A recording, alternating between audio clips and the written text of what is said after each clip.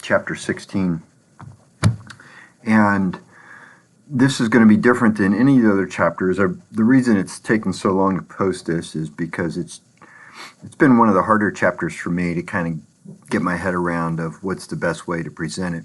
So I made an outline, it's in Canvas, that's not going to follow this PowerPoint. I want you to still look at the outline, and it can be kind of a review sheet for the quiz, but these are slides that have been put out by the CFP board, and I thought, well, let's try these. They don't have them like for the other chapters, but they have it for this chapter, and I wanted to come up with kind of some scenarios that help better present the information.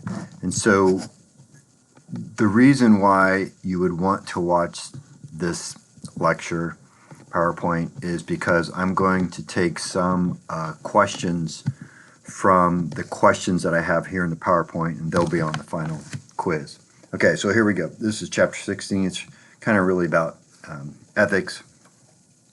And all the learning objectives, I'm not going to read all of this stuff to you, but some of the key things we're going to talk about is when is a financial professional, CFP, providing financial advice. And you may think, well, gosh, isn't everything they do financial advice? Well, there's technically a little difference between just general advice, financial advice, and financial planning. And then what is the definition, meaning of fiduciary duty? Very important when it comes to financial planning. Okay, so what is the difference between financial advice and financial planning? I just mentioned that. And then there are some other learning objectives, which if you want to read them, go for it, but we're going to go through these. Okay, so what's the point? Why is it important to have this code of ethics?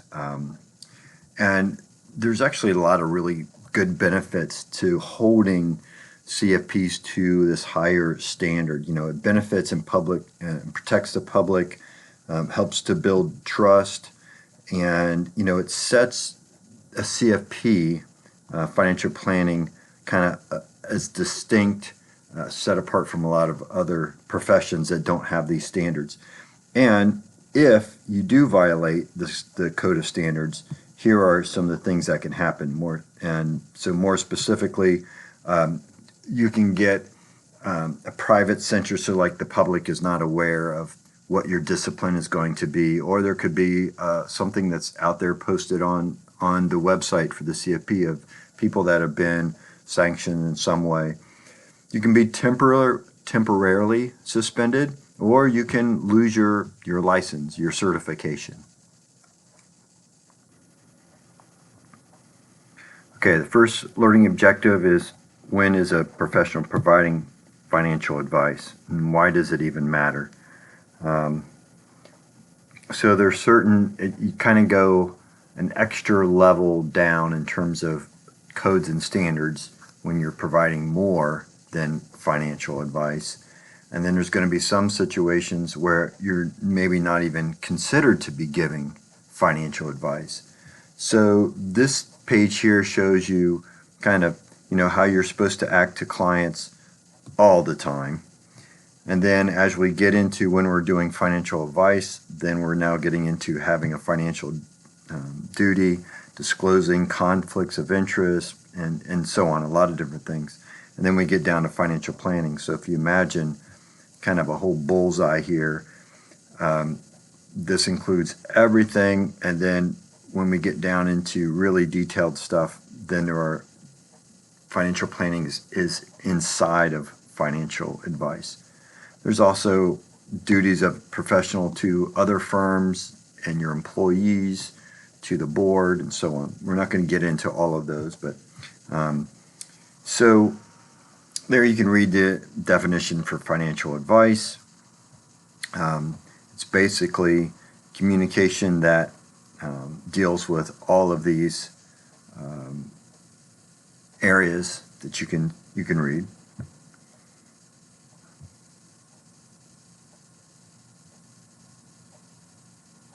Okay, so it's not For example, if someone says, hey, I want you to make a trade on a stock or mutual fund, that's not really providing financial advice.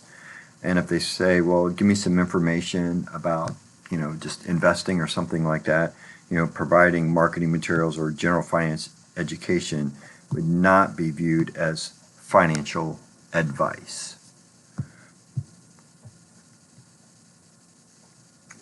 So the more tailored the communication is to the client, the more likely it would be considered financial advice. But if you're just providing general, here's what the market has done over the last 50 years, that's not really considered financial advice. Okay, so here's Kevin, and he's meeting Lisa, who is a CFP, at a retirement and community event. He's planning to retire next year and is looking for information. She provides him with an article titled, What Will My Savings Cover in Retirement? So it's not specific to him, it's just for everybody in general. She sends it to all of her clients. So this is an example of educational material that is not financial advice. So this could be a question on the quiz, for example. Okay. So it's also good to have, if you're doing educational material, you have a kind of a place where it states that this is not considered financial advice. Okay, another question, true or false? Filling a directed order to buy a stock, is that considered financial advice? Well, if you're listening 1 minute ago, you know that is not considered financial advice.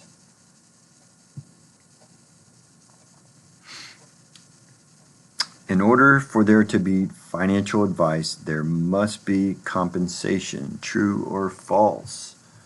Once again, all of these questions are potential questions on the final quiz. The answer is false. Just because you are not getting paid specifically does not mean that's not financial advice. So you could be giving financial advice and not getting paid for it. Okay. So what does this mean, fiduciary duty? Well, it can be really broken down into 3 duties, if you will. You'll see this word a lot, duties. Duties of care, duty of follow instruction, duty of loyalty, and so on. So we're going to look kind of at each one of these.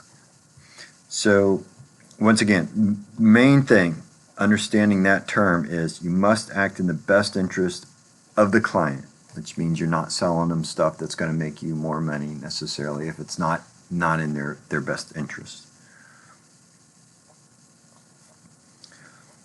So the fiduciary applies in these 2 inner circles. So the duty of care means you must act with care, skill, prudence, in light of the client's goals, risk, objectives, and so on. So this means you need to understand a lot about your client, and you need to care for them in a way that's consistent with what their desires are and objectives and so on. Okay. So these 7 steps are very similar to 7 steps we've seen with financial planning: understanding, determine, analyze, develop, and so on. Okay. But yeah, I'm not worried about you memorizing all of those. So here's a scenario. Here's Jordan, and she's changing jobs and wants advice on what to do with her 401k. Okay, so she has a 401k at her current employer, and she's asking you, or the CFP, in this case is Avery. Okay, this is Avery, who is a CFP.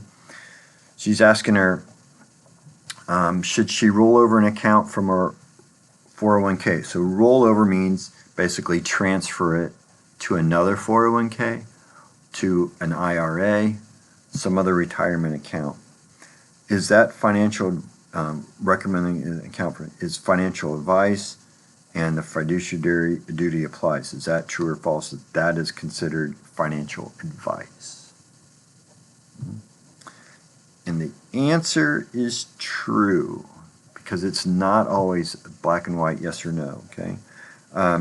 So the reason why it's true is because to answer that question, she needs to understand the client, meaning what is her financial situation, her goals, like does she need the money right away? In terms of maybe she needs a down payment for a house, which would be like a time horizon issue. Does she need it for other planning, and so on? So after understanding that, then she can provide advice on what she should do.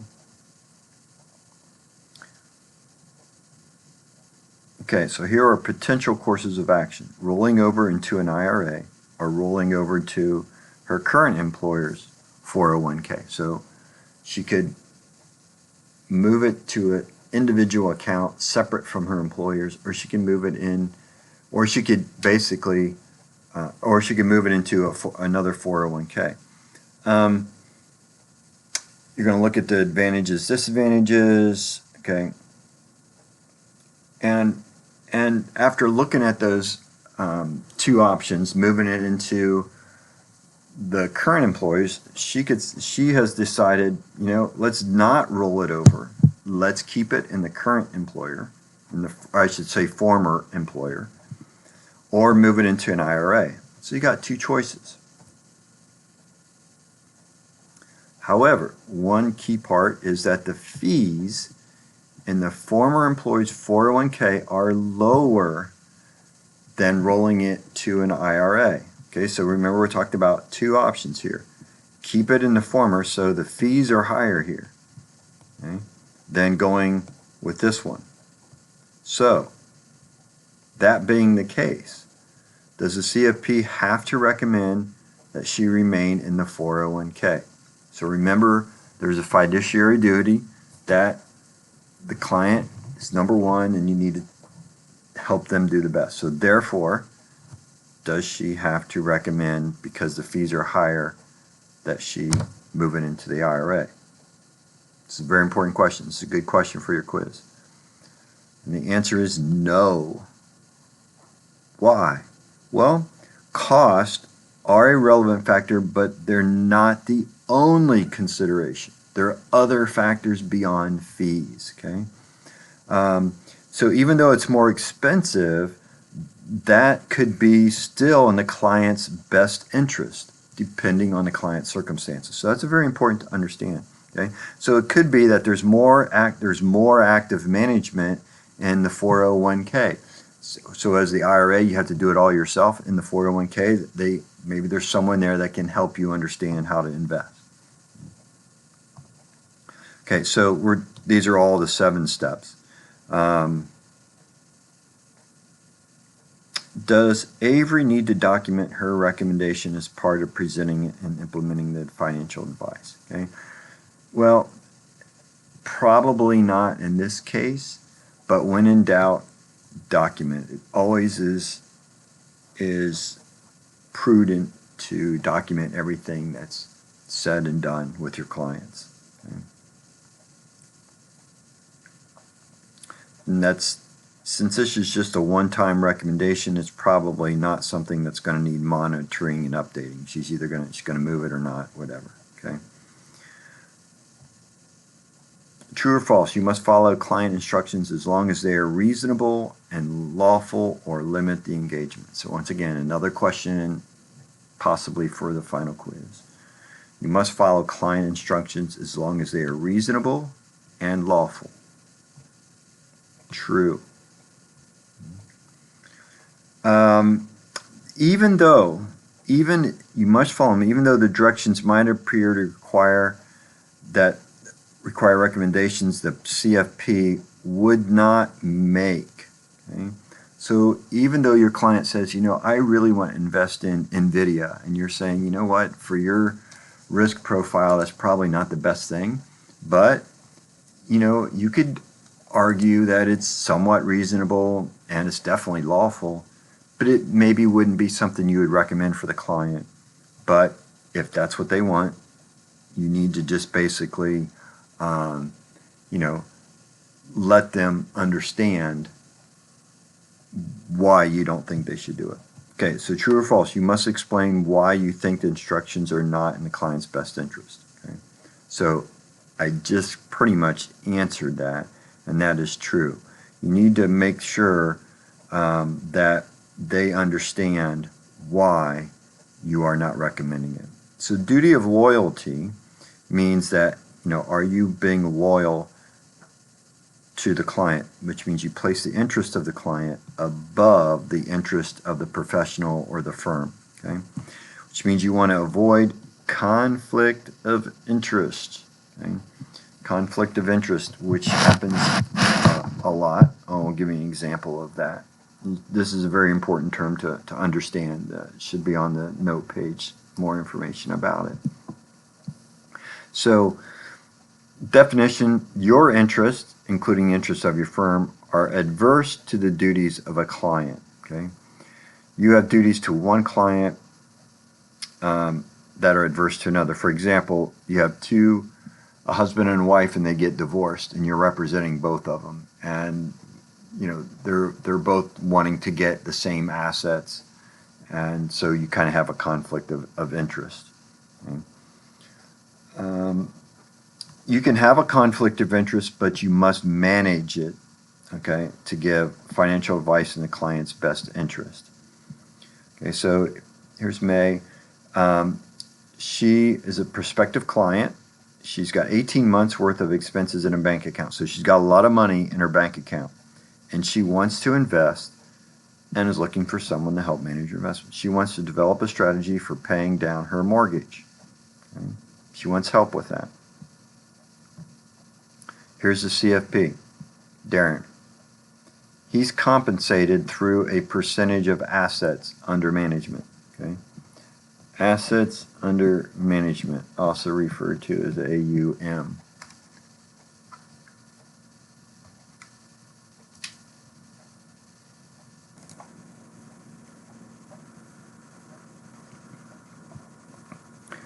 So, Darren's firm has an agreement with a broker to receive payments when clients are invested in certain mutual funds. So what are his conflicts of interest? So his interests are, so how does he get paid? Remember, he gets paid on assets under management. So he wants his clients to have as much money in their accounts as possible.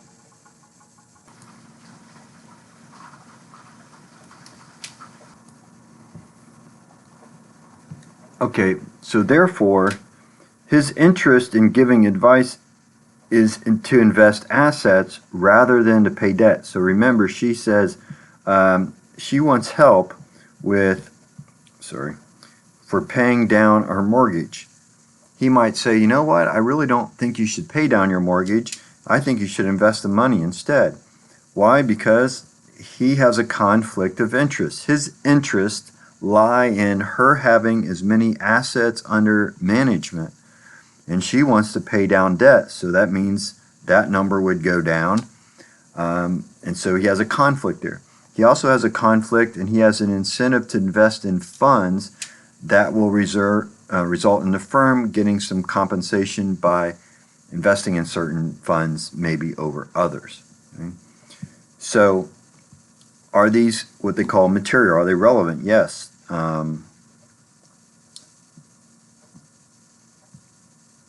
So can he avoid the conflict of interest in this situation? Okay? No.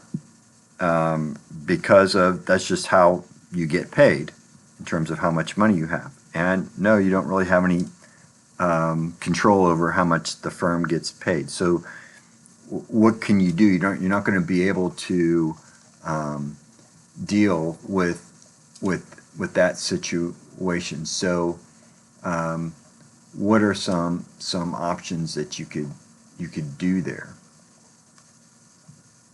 One, to avoid the conflict, fully disclose, say, hey, look, here's how I get paid, and just explain everything that we just talked about, and obtain the client's consent to the conflict. So the client signs off saying that I understand the conflict of interest. Okay, so you're not really avoiding the conflict of interest. Okay, you're trying to manage it. Okay, so you need to make sure you have full disclosure. Make sure you understand. Make sure they understand everything that's going on before the advice is given.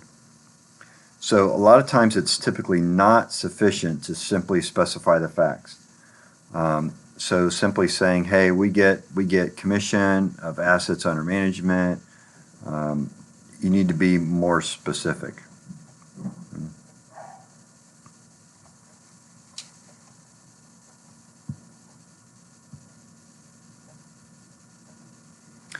If he says, hey, I receive an AUM fee, first of all, most people don't know what AUM is, and just disclosing the type of fee generally will not be sufficient.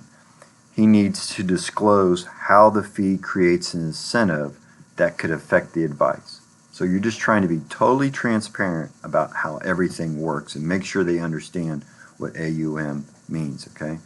So he needs to say, look, here's the situation. And he says, my firm may have revenue sharing agreements. That's not really good. You don't want to use the word. And she may not understand what revenue sharing is, so you just need to really be very clear about it. Okay? So written disclosure of conflicts is not required, but it is advised. It helps the clients understand it, makes clear, and so on. Okay?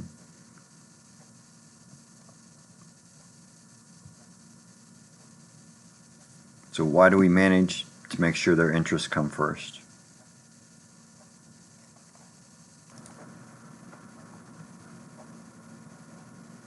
Okay, so now let's go a little bit deeper from financial advice to financial planning. Okay.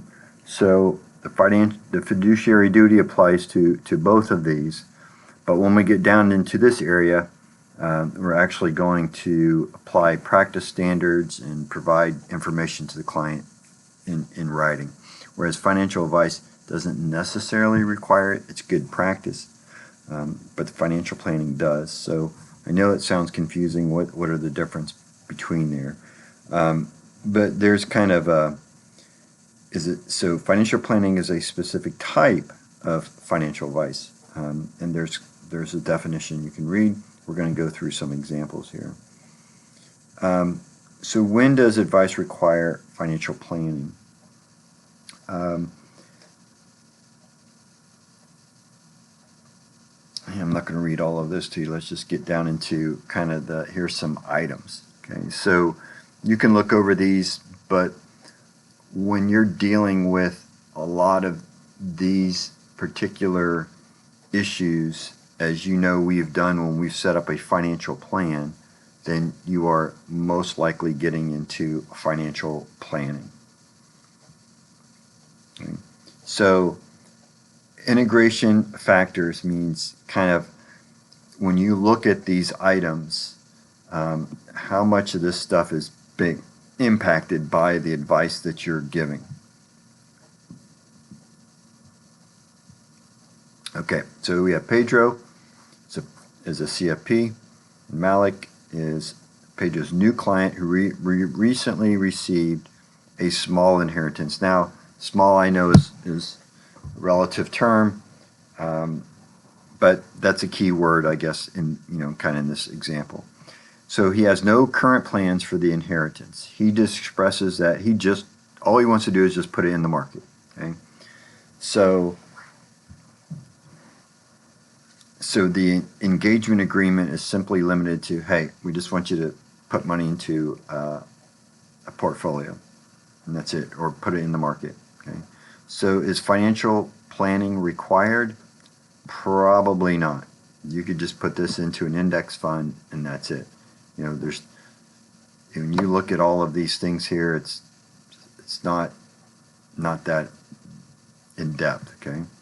So what if, though, several years later, Malik gets a much larger inheritance, and he asks, do I have enough to buy a larger home? Can I provide for college? Can I leave my current job and begin investing in real estate? Can you help with that? Okay. Well, now, these are much different than simply saying, hey, put this money in the market. Okay. So is financial planning required? Well, this is what we would consider financial planning because, one, we have a number of elements: work, home, education, investments, retirement. The length of time can be changed over all of these. We have various exposures to risk. So there's a lot of elements that weren't involved with, hey, just put this in the market. So this now becomes financial planning. So what does Pedro need to do now? He needs to provide in writing the terms of the engagement, including, okay, what's the scope? What are we going to do here? How long is this going to take? What does the client have to do? Provide financials and so on. Okay? And then we're going to apply the practice standards for financial planning process. So I'm going to, here are, once again, 7 steps, very similar to all of the other processes we've seen throughout the book. You don't need to memorize those, but it's basically kind of understand, analyze, present, implement, and so on. Okay, so this is talking about referring to other people and or technologies. Okay, so let me just get to an example here. Here we have Kareem, a CFP, and he has a financial planning client, Javier. And Javier decided to start a business, and he asked for recommendations for an accountant. What is required if Malik wants to make a recommendation? Before he says, hey, I think you should go to this accountant. So you can read through all of those. Casey's going to recommend an accountant. All of these things should be addressed. It's ideal if you can recommend more than one person. Okay, what if Javier asks Kareem if he knows of any good financial accounting programs, so software, technology for small business? Okay? Well, Kareem is not familiar with those programs, but he wants to be helpful. He knows a colleague like Cash Flow Finance Solutions. This is the name of a software program. Does Kareem have enough knowledge to make a recommendation? Okay, so good question for your quiz right there. You could say no. So what are the standards? He must have a reasonable level of understanding about the technology. So he just basically needs to be informed to make that decision. Okay? So what are appropriate communications given his level of knowledge? Which of these, or maybe there's a few of them, could he say? Well, he could say, I have no recommendation. You could say cash flow is good, that program is good, or my colleague told me that they liked it, but I don't have any experience with it. Okay? So what are the answers? 1, I have no recommendation. This is an appropriate response because he not familiar with them. 2, you should use this one because he knows his friend had used it, so he says, here, you should use it, but that's making him look as if he understands how that program works. This is not an appropriate response.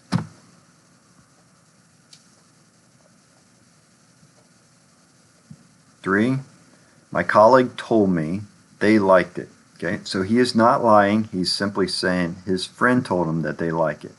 And he's also being upfront saying, I don't have any experience with it or other programs. So I don't know about it. My friend told me he likes it. Okay, this is an okay response. Once again, you're providing the context. You're not making it appear as if you know anything about it. Okay.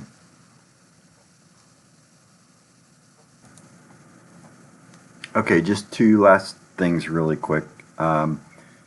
So the process that the board follows to uphold the code and standards, I'm not really worried about. This talks about, in the book it goes into detail about all the violations that a CFP could possibly have. in terms of felonies and so on. And there's certain degrees of felonies that can cause you to have to report to the board that you've done something wrong. Financial issues are a really big problem for the CFP board. But I'm not going to get into all the details. This is really kind of a legal thing of how they end up determining whether or not you should be sanctioned or penalized or your license revoked and so on.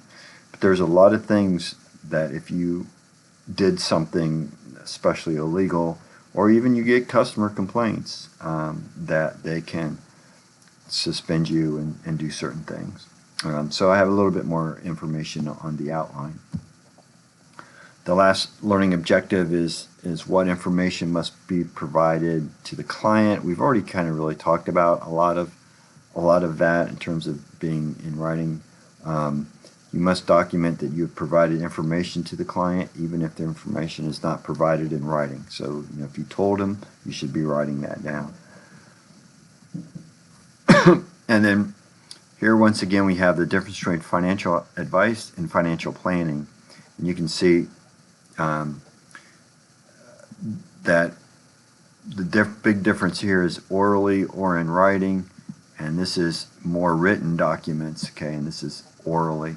So as we move from here to here, where it's more important, more detailed, we're going more to these things need to be written down, okay? So you see a lot of these are basically the kind of the same thing here. And so that's the key thing to know, is that financial planning requires almost everything to be written down. And that's it. So last thing I would say is that for this chapter, make sure you know all the answers to the questions in this PowerPoint, and go over in the book. There are, you have like 2 options for quizzes. Do the short quiz. I forget what it's called. It has like 10 questions. Some of those are relevant to kind of what we've talked about here. And you should be good. I would just kind of be informed about what's on the outline. There's a lot of information that it's not real critical. And because of that, I'm not going to have quite as many questions on the final quiz, maybe like 25, 30 questions. And that's it.